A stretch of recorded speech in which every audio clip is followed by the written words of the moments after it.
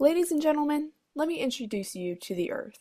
It houses 7 billion people, sustains 400 billion trees, and holds 326 million trillion gallons of water. And this water is used for so many purposes, like bathing, washing, preparing food, and most importantly, drinking. I mean, our bodies are made up of 70% water, so that means it's important, right? Without water, we couldn't live. And we're not the only things that need it. All plants, animals, and basically any living organism needs water to survive. And as the most intellectually advanced species on Earth, we humans have the responsibility of taking care of our water resources.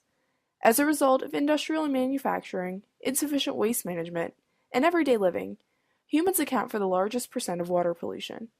It isn't good for anyone, and it takes a toll on our ecosystem, health, and economy. Take my story, for example. I live in Louisiana, and both our lifestyle and economy revolves around water. We sit right on the Gulf of Mexico, which empties into the Atlantic Ocean. The Louisiana Gulf Coast is home to hundreds of fish, crustaceans, turtles, and birds, and our economy thrives off the ecosystem. 1 in every 70 Louisiana jobs is in the seafood industry. Every day, thousands of people go out into the Gulf to catch shrimp, fish, oysters, and so much more to ship to restaurants and grocery stores all around the world. And because of our position in the Gulf of Mexico, our surrounding waters are also popular drilling spots for oil. But while the oil industry may be beneficial to our economy, it can be drastic to our ecosystem. One of the most recent disasters on the Gulf Coast was the 2010 Deepwater Horizon oil spill. On April 20th, 2010, an oil rig leased by BP exploded off the Louisiana Gulf Coast. The explosion caused 200 million gallons of crude oil to be released into the surrounding waters. The disaster was so severe that it took 87 days to cap the well, but even when the rig was brought under control, the oil in the Gulf was still wreaking havoc on the ecosystem. The Gulf Current spread the oil up and down the coastline, polluting over 16,000 miles of shore. The oil drastically affected the ecosystem, causing rapid erosion and killing most of the surrounding plants. Worst of all, the toxicity of the oil caused a mass mortality of both fish and animals living in or near the Gulf. Being exposed to or ingesting any form of oil can be fatal to the wildlife. The oil, which floats on top of the water, intoxicates and suffocates fish. 1,270 species of fish were left defenseless to the onslaught of oil, and as a result their populations swiftly declined. Even those that did survive passed on fatal birth defects to their offspring. Furthermore, birds who lived and hunted in the surrounding areas were covered in oil, which was very difficult to clean off naturally. The oil also had drastic effects for thousands of mollusks, turtles, marine animals, and crustaceans. Even today, the Gulf Coast ecosystem is still trying to recover from this disaster 6 years ago, but the animal populations still struggle to reach their original numbers. Because of the oil spill's effects on the wildlife, humans face negative consequences too. Both people who live near the Gulf of Mexico and those who helped to clean up the oil came into contact with the harmful chemicals emitted from the crude oil. These people developed a wide range of sicknesses, affecting different areas of the body.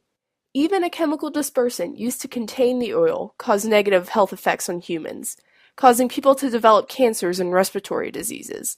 And not only did the oil spill affect our environment and health, it also damaged our economy. Because the oil-plagued Gulf polluted and killed off most of the fish and crustacean populations, many fishermen were out of work. Even the sea life populations that were still intact were often deemed too unsafe to consume. Additionally, tourism along the coast severely decreased. Hotels encountered less business, seafood restaurants served less customers, and fishing charters could not even operate in the contaminated waters. Businesses were forced to close down, and Louisiana's economy suffered a huge loss. The Deepwater Horizon oil spill became the largest commercial oil spill in history, and everyone is still feeling its impact to this day. And my story isn't the only one. Oil pollution is way more common than you think. It doesn't just happen through oil spills. The oceans can be contaminated by oil in the form of runoff from cities, discharge from commercial ships, and industrial waste. So what the heck are we supposed to do about it? I mean, we personally can't stop industries from polluting our oceans or prevent accidental oil spills, but we can help push the world in the right direction. Here are some tips to help you become an advocate for our oceans. Step 1. Get educated. Read up on current events and be in the know about any reports of oil spills. Understand the harmful effects of oil pollution and educate others on the dangers of oil spills. Voice your opinion on the state of our oceans to your peers, and maybe even try expressing it on social media. The more advocates we have for ocean pollution awareness, the stronger our cause becomes. Step 2. Lend a hand.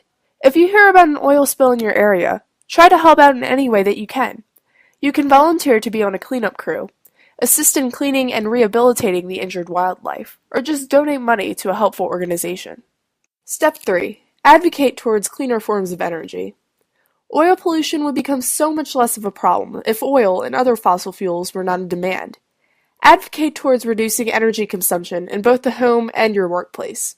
The biggest step towards this goal is to push for developments in cleaner forms of energy, like solar power and wind power. With the people's help, we can develop a new form of sustainable energy that will power the world and be beneficial to the environment. So in conclusion, water is very important, and we need it, desperately. And as my story showed you, oil pollution poses a threat to the prosperity of our social, economic, and environmental systems. It's our job to protect our water resources, and if we stand together to push towards a better and cleaner future, oil pollution can become a thing of the past. Let's make sure that our friend Earth will remain prosperous for years and generations to come.